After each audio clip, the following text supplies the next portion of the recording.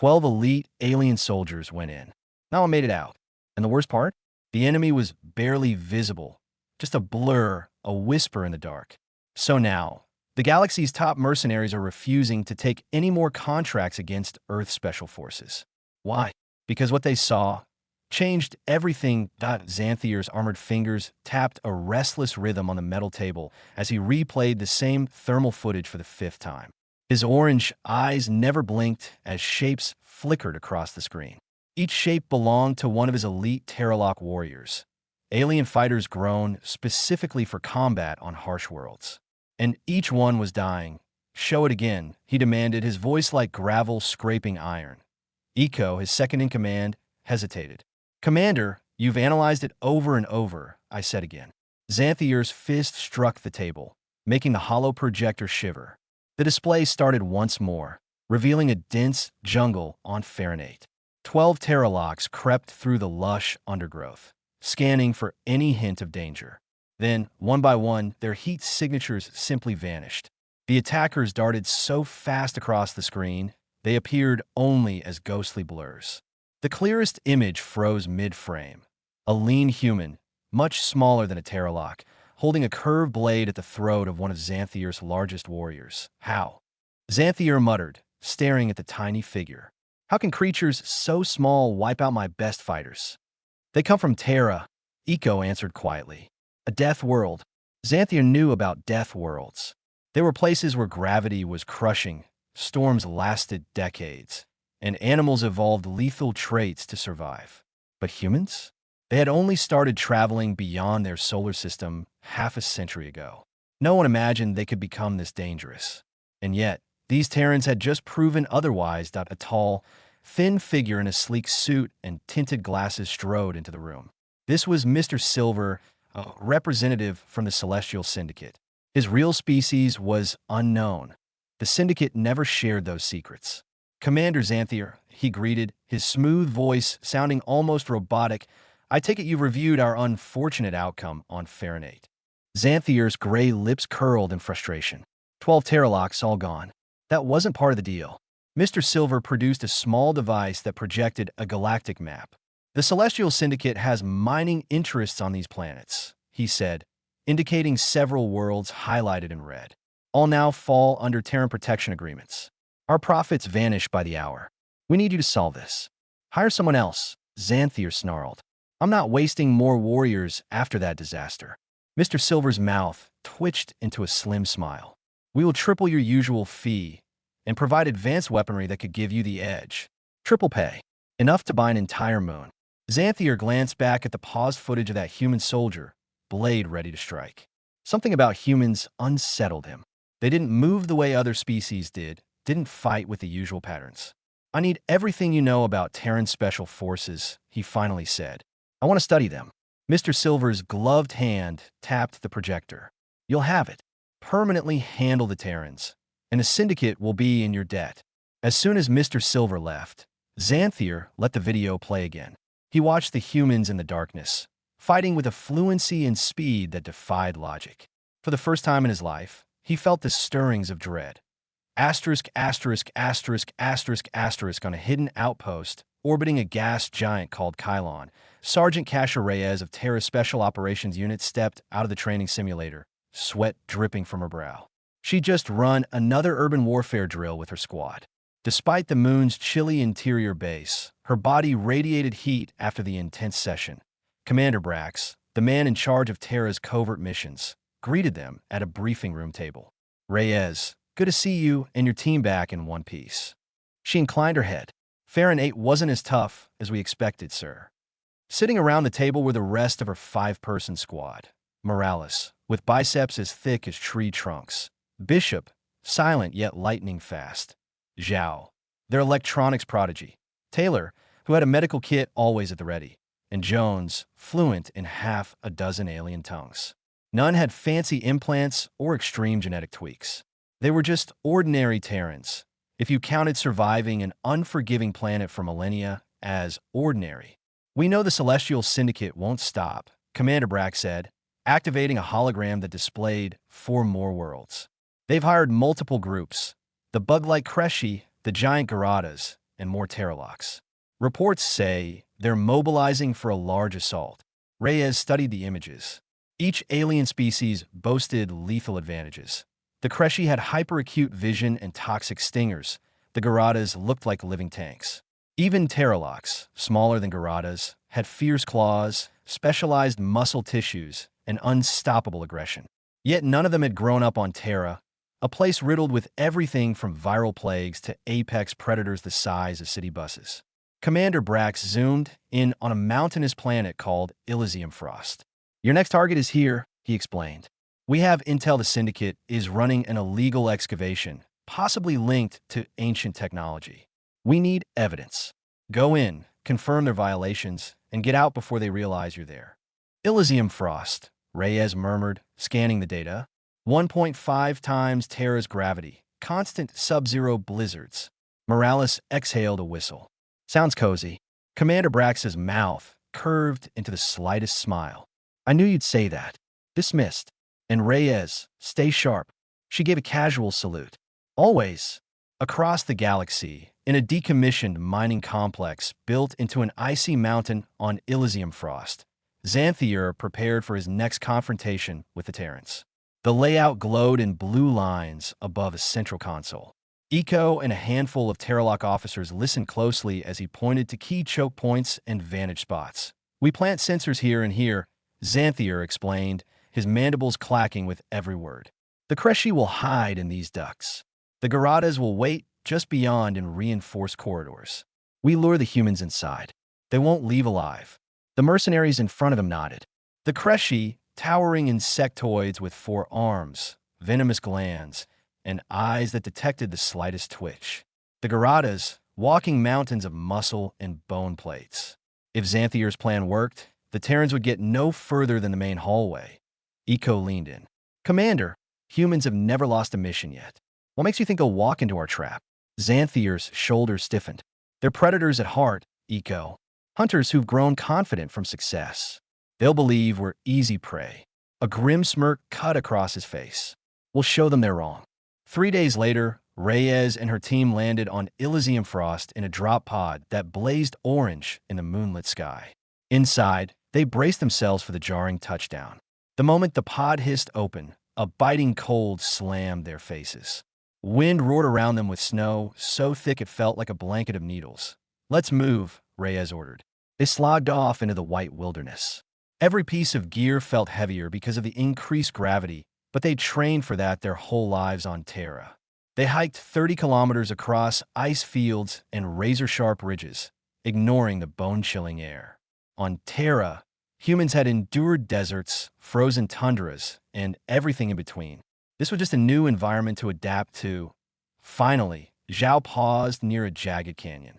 "Commander, picking up sensor alarms. They want us to think we're sneaking in. Guess we'll give them a show." Reyes smirked. "Time to make some noise." Everyone ready. Morales hefted a heavy rifle. Born ready. They split up into pairs, deliberately tripping a few sensors to broadcast their presence. Deep inside the mining facility, Xanthier saw red dots appear on his monitoring station. "There they are," he muttered, eyes shining with anticipation. "Kreshi hunters go." A swarm of insectoids slipped through ventilation shafts, moving in total silence. Their enhanced compound eyes scanned for even the faintest sign of warmth or movement. But they found only empty corridors and swirling dust. Meanwhile, Reyes had led her squad into the deeper shadows of the facility. Bishop and Taylor set up sonic disruptors in strategic spots, while Zhao used an interface device to scramble cameras. 2 Kreshi turned a corner, only to discover bright red sensors signifying Terran body heat just ahead. As they lunged, they found nothing, only a small spherical device. It emitted a sharp tone that overwhelmed their sensitive eyes, sending them staggering. Reyes materialized from the gloom, her footsteps quieter than the wind. She pressed a tranquilizing dart against the nearest Kreshi's chitin. It toppled to the floor with a confused hiss. "Lights out," she murmured point one by one. The rest of the Kreshi dropped, each ambushed in near silence. All it took was exploiting their biggest strengths, those advanced eyes. Humans used a simple frequency that overloaded the Kreshi's visual receptors. The result? A group of 8-foot-tall insectoid predators lying unconscious, subdued with minimal fuss. Across the facility, Morales reported in via short-range comm. Commander, found a data terminal. Might have what we need. Securing it. Inside the control room, Xanthier stared at his screens, aghast. The Kreshi squads had gone offline without so much as a distress call. Impossible, he hissed, tail lashing against the floor in agitation. Eco ventured. They must have a technique we didn't predict. Perhaps we send in the Garadas, Xanthier snapped. All of them. The humans cannot handle that much brute force. Morales had just started hacking the data terminal with Zhao's help when they felt a tremor. The heavy footfalls of Garadas were near. Reyes regrouped with them, scanning for alternate routes. We have what we came for. Not everything yet, Zhao said, typing furiously. Looks like there's more going on than illegal mining. They've dug up some ancient structure. Precursor tech. This is big. We'll get it all, Reyes decided. But first, we handle the big guys. Moments later, monstrous silhouettes lumbered into view, each Garada nearly as wide as the corridor. Thick plates jutted from shoulders to ankles, and they gripped gravity hammers that could splinter steel. A bellow echoed, shaking dust from the ceiling. Now, Reyes whispered. Taylor slammed a switch on the wall. The floor tilted downward, forming a makeshift ramp that the Garadas hadn't anticipated. Their forward momentum sent them sliding, roaring in confusion. Another switch unleashed a fine mist laced with chemicals harmless to humans, but designed to irritate alien airways. The Garadas stumbled, coughing and blind to the cables that snapped around them. Elementary physics, my friend, Morales teased as he watched the largest Garada tumble. Mass plus acceleration equals you can't stop. The aliens lashed out with their hammers, only to smash walls and each other. Reyes signaled a tactical retreat. Fall back to position 2. They lured the Garadas through a winding path of improvised traps, each one using the alien's size and brute strength against them. Xanthier watched the camera feeds in disbelief, seeing these unstoppable giants getting ensnared by floor shifts and shifting weights. How are they doing this? He roared, slamming his fists down. They're not using sophisticated technology. It's just cunning. They grew up on Terra, Eco muttered. We don't know how deep that resourcefulness goes. Enough. Xanthier punched a control panel. Activate the facility's internal shields. Break them apart. We'll isolate them and pick them off. Throughout the complex, shimmering barriers sealed corridors. Thick doors slammed shut, sealing Echo squad members away from one another. Commander Brax's people never panicked, though. Reyes found herself trapped in a small storage area with Bishop. She frowned at her comm, hearing static. They're blocking signals. We're on our own, at least for now. Bishop cracked his knuckles. Then we'll adapt. They crawled through an overhead vent, each movement carefully tested because one misstep could mean a long fall into freezing darkness. Over the next hour, the team navigated collapsed walkways, sudden bursts of fire, and toxic gas leaks. Where other species would have died swiftly, each human overcame obstacle after obstacle, thanks to centuries of Terran survival instincts. Taylor, separated from Reyes, faced a corridor filling with flames. The heat would kill a normal alien, yet he covered himself with a thermal-resistant blanket, pressed forward, and made it through. Meanwhile, Morales bypassed a flooded shaft by climbing pipes in higher gravity. Shortness of breath, ice-cold water, mere footnotes for a Terran raised in punishing conditions. Zhao, alone in a half-collapsed control subroom, hacked the security system with frantic keystrokes. Commander, do you copy? He hissed into a newly modified transmitter. I might have found a way around their shield protocols. Static crackled.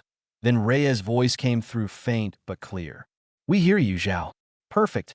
They're trying to blow out the lower levels, cause structural collapses. We need to hurry. Xanthier triggered a series of controlled explosions in the subfloors, aiming to bury the humans under snow and ice. He bared sharp teeth in a vicious grin. Nothing could survive that. When the smoke cleared, a surveillance camera showed a lone figure. Bishop, walking through swirling ash as if it were a mild inconvenience. Commander, Eco said softly, they're still alive. These Terrans, they're unstoppable, Xanthier breathed, a tremor finally cracking his voice. He'd assumed their success was rumor and luck. Now he saw them shrugging off what would devastate any other species that a beep drew his attention to a comm screen. The glowing silhouette of a celestial syndicate director flickered into focus. Commander Xanthier, a distorted voice said, "The syndicate demands you capture a human alive. We must learn how they adapt." Xanthier shut off the transmission, disgust heavy in his throat. The syndicate never cared about his men, only about secrets and profits. But he had come too far to admit defeat. He barked at the remaining Terralox. "Fall back to the hangar. Ready my ship. We'll evacuate with the artifact if we must." He didn't realize Echo Squad had overheard it all, thanks to Zhao's infiltration of the comm network. The interior hangar was vast, half buried in ice. Xanthier and his few loyal fighters arrived with a metal sphere about the size of a melon. Strange symbols drifted across its surface, shifting with every glance. The second artifact from that mysterious ruin. He didn't fully understand its purpose, only that the Syndicate believed it was valuable, possibly a powerful weapon. "We'll use this if they corner us," he announced grimly. The Terralox gave worried looks. They, too, sensed the swirling energy inside the relic. Suddenly, the overhead lights died. Darkness enveloped the hangar. A calm voice echoed from the shadows. "Going somewhere, Commander?" Xanthier's men fired wildly, beams slicing the blackness. When the lights sputtered back, 3 Terralox lay unconscious, and there was no sign of the humans. His heart pounded. He felt like the hunted, not the hunter. Desperate, he muttered, "Bring out the artifact." Now, he pressed a sequence on the sphere. It began to glow with faint blue lines, humming with energy. The hangar doors exploded inward just then, and a wave of Celestial Syndicate drones poured in, guns blazing. A mechanical voice announced, "All evidence must be erased. Eliminate anyone present." Xanthier cursed. They'd just been betrayed by the people who hired them. Laser fire streaked across the hangar. Reyes tackled Xanthier, saving him from a direct hit. The blast scorched her armor, and she winced. Gasping, Xanthier stared at her. "Why did you save me?" Reyes answered through clenched teeth. "Because knowledge is more important than killing." He couldn't fathom it. He'd led teams to ambush her people, yet she took a hit meant for him. The sphere on a nearby crate shimmered even brighter. Zhao edged closer to it, scanning symbols, tried to interpret them in real time. "This isn't a weapon," he called out to Reyes. "It's a translator, but for concepts as well as language. It can broadcast full experiences, not just words." "Then do it," Reyes yelled. "Let's show the galaxy what the Syndicate's done." Zhao tapped a final sequence. The device flared with brilliant light, linking to the facility's comm systems. It sent out a data surge of everything Echo Squad had collected, proof of illegal digs, mercenary contracts, sabotage, directly to the Confederation. The Syndicate drones, outmatched by the sudden arrival of official Confederation patrol ships, started to retreat. Meanwhile, Reyes' team hustled Xanthier, Eco, and the remaining Terralox in a Xanthier's own ship, lifting off just as the hangar collapsed in a storm of ice. Once in the upper atmosphere, they found 3 Syndicate vessels waiting. Before panic could settle in, Morales slid into the pilot's seat. "Time for Terran flight school, folks." The Terralox watched, jaws slack, as Morales pulled maneuvers that defied standard physics. Power dives into Elysium-Frost swirling winds, sharp climbs using gravity pockets to slingshot away from missile locks. Unpredictable, borderline reckless. Exactly what Terra had taught them. When cornered, do the unexpected. The Syndicate vessels couldn't pin them down. Finally, a formation of Confederation cruisers jumped in, forcing the Syndicate ships to withdraw. They'd lost the element of secrecy in the days that followed. A Confederation hearing was convened. Echo Squad presented every shred of proof about the Celestial Syndicate's illegal excavations. Zhao displayed the translator sphere, demonstrating how it not only translated speech, but also shared real emotional context. Delegates from dozens of star systems experienced the betrayal, the destructive mining, and the last-minute ambush. The Syndicate was placed under formal investigation, losing its iron grip on those resource worlds. Meanwhile, Xanthier faced justice for leading so many mercenary attacks. At a Confederation station, he turned to Reyes before the final ruling. "I'll accept my sentence," he said in a low voice, "but I must know one thing." Reyes listened intently. why don't humans dominate the galaxy? Xanthier asked, tension evident in his posture. You adapt. You endure. You learn. You could conquer everyone if you tried. Reyes looked at him, then gazed out a nearby viewport at the swirling cosmos. On Terra, we learned that surviving at any cost isn't really living. We'd rather explore, discover, and cooperate than rule. Xanthier opened his mouth, then closed it again, realizing that was the difference. Humans could be merciless if pressed, but they chose not to be. News of what happened on Elysium-Frost spread faster than a solar flare. Word of how these Deathworlders overcame genetically engineered soldiers, unstoppable brutes, lethal toxins, and sabotage by sheer adaptability became legend. Soon, mercenary guilds across the galaxy started refusing any contract that targeted human forces. It wasn't worth it. The risk was just too high, and in hushed corners of starports, you'd hear whispers that the most frightening part about humans wasn't their strength or cunning in battle. It was their willingness to reach out a hand, even to those who try to kill them. That capacity to turn enemies into unexpected allies. Some said that was the real superpower lurking under Terra's harsh skies. Meanwhile, Echo Squad returned home to Terra, battered but unbroken, stepping down their shuttle ramp to a small cheering crowd of friends and family. Reyes felt a wave of relief wash over her. Another threat stopped, at least for now. Think they'll ever leave us alone? Morales asked, rubbing his neck as they walked through the base doors. Bishop cracked a half-smile. Probably not. That's the cost of stepping out into the galaxy. Zhao slung his pack over his shoulder. If they do come after us again, we'll be ready. Reyes looked at each member of her team and thought about how far they'd come. She quietly murmured, we always adapt.